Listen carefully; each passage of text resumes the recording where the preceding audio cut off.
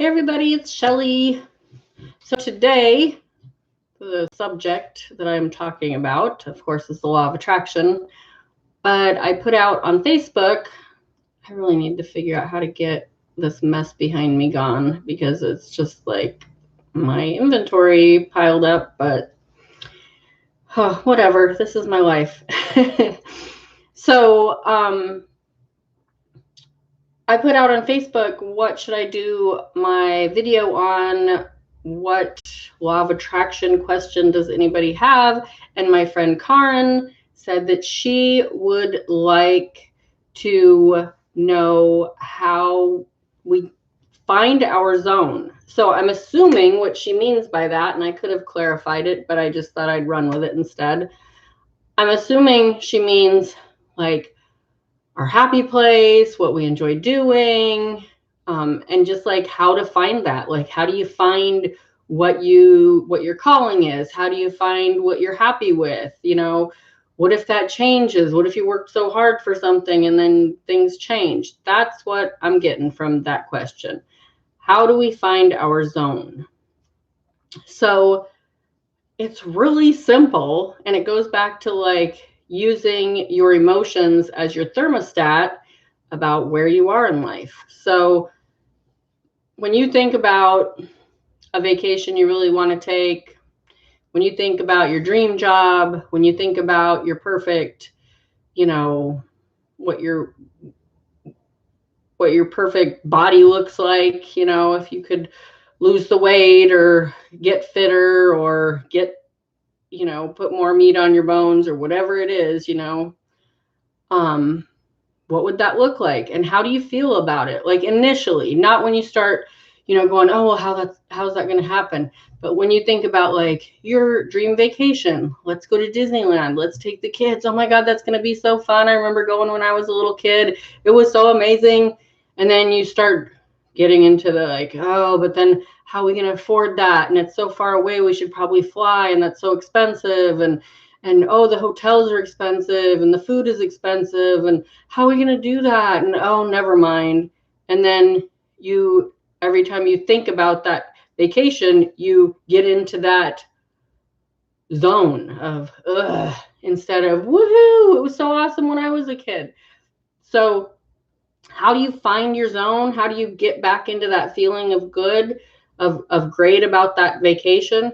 You stop thinking about the how. And I know that sounds crazy and perhaps not possible, because in the reality of it, you have to afford it. But then you just have to start changing your mindset about money and freedom and all that stuff. And that's another good point. So one of my posts this morning was focus on the freedom, not the money. And so a lot of us get so worked up about the money, and it's a natural thing to do. We watched our parents do it. We watch our friends and family do it. We watch the neighbors do it. But the reality is of what we really want and what our zone is our freedom. Our freedom to do the job that we love to do, our freedom to eat the food that we want to eat, our freedom to go on vacation when we want to go on vacation. It's freedom. When you start focusing on the freedom instead of the money and the house and that's when you get into your zone. And so one of the ways to get there, again, this was from a video I watched. It was one of the Abraham Hicks, Esther Hicks videos that I watched this morning, because so many people get so hung up about money, and it's hard for them to get into the freedom thinking with money. And so, lots of people, oh, why do you always talk about money, Shelly? Because money is part of our society. Money equals freedom.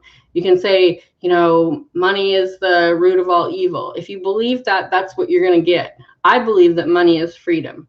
Money is good. Money can be good, great energy. You can do what you love and earn money. You can do what you love and spend money. That's how I look at money.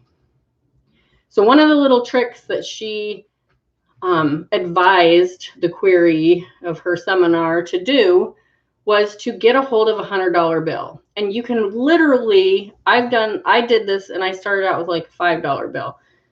If you can get a hold of a $100 bill, even better.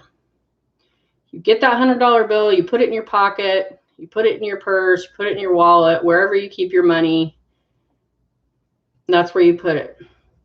And when you go throughout your day and you see things you want, you know that you have that $100. I could buy those shoes. I could buy that lunch. I could buy coffee for the whole office. I could buy, and so when you start that shift of I could buy, I can afford, it starts to push out all of that lack thinking. And pretty soon you have more and more money in your wallet, and you have more and more money in your life because you're attracting it, because you know you can afford it. And then pretty soon that Disney vacation you can totally afford, and then some. You have more than enough. So how do you know how do you find your zone, and how do you know when you're in your zone? You find your zone because what you're looking for is the freedom to do what you want. Do you love to do needlework? That's your zone. When you're doing that, you're in your zone. Do you love to go horseback riding? That's your zone. Do you love to write poetry or novels, or just write in your journal, or be creative and draw? That's your zone. Those things that you enjoy are your zone. And how do you know if you're in your zone? Because it's how you feel.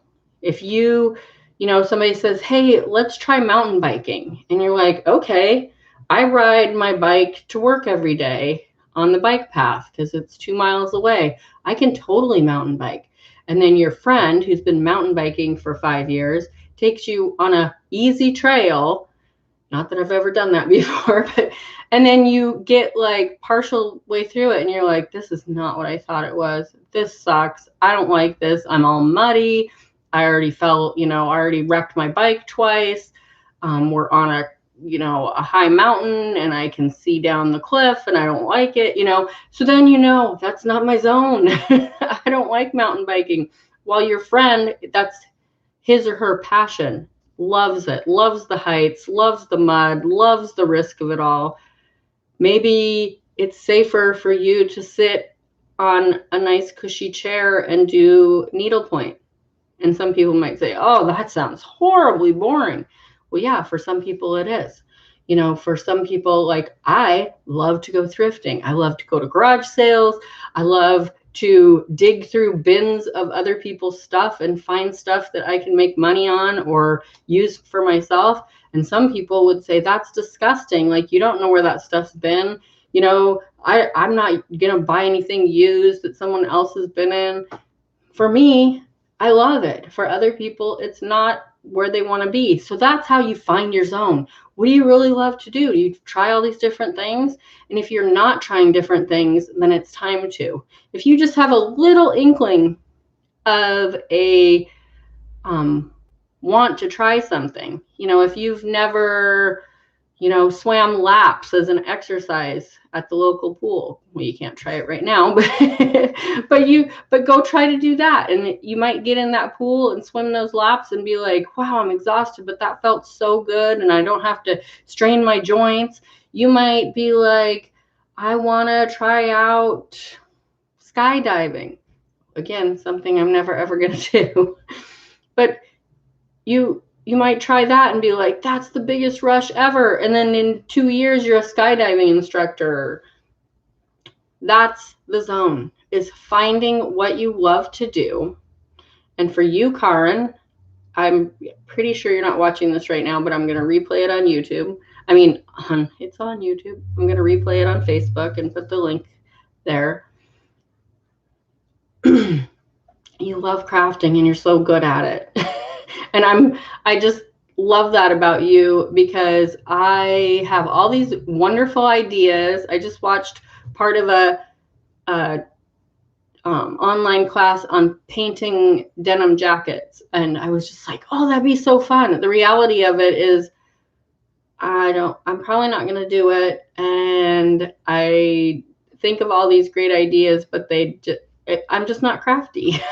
Sometimes I am. Sometimes I get a little, wild hair, but my zone is thrifting and teaching the law of attraction and hanging out with my family and eating good food. Those are my zones. And yeah, so I hope that this helps. Whatever your zone is, to me, it's just like you're, aligning with source energy. You're aligning with who you really are, and it's doing things that feel like freedom and feel good, and you love to do them, and you love the end result, whether it's dripping in mud after a mountain biking excursion or looking at your needlepoint, when you get all finished with it, or, me thrifting something for $5 that's worth $200. Like, that's my end game, is finding those treasures. I just absolutely love that. So I hope that helps. And you guys all have a good weekend. Happy Friday. And if my friend Julie is watching this, happy birthday to you. I love you, and I hope you have a great day. Okay, hit the subscribe button. Hit the thumbs up if you like this video. If you didn't like it, you can hit the thumbs down, but I hope you don't. And then hit the little bell notification so you see when I'm going live. Okay, see you later. Bye.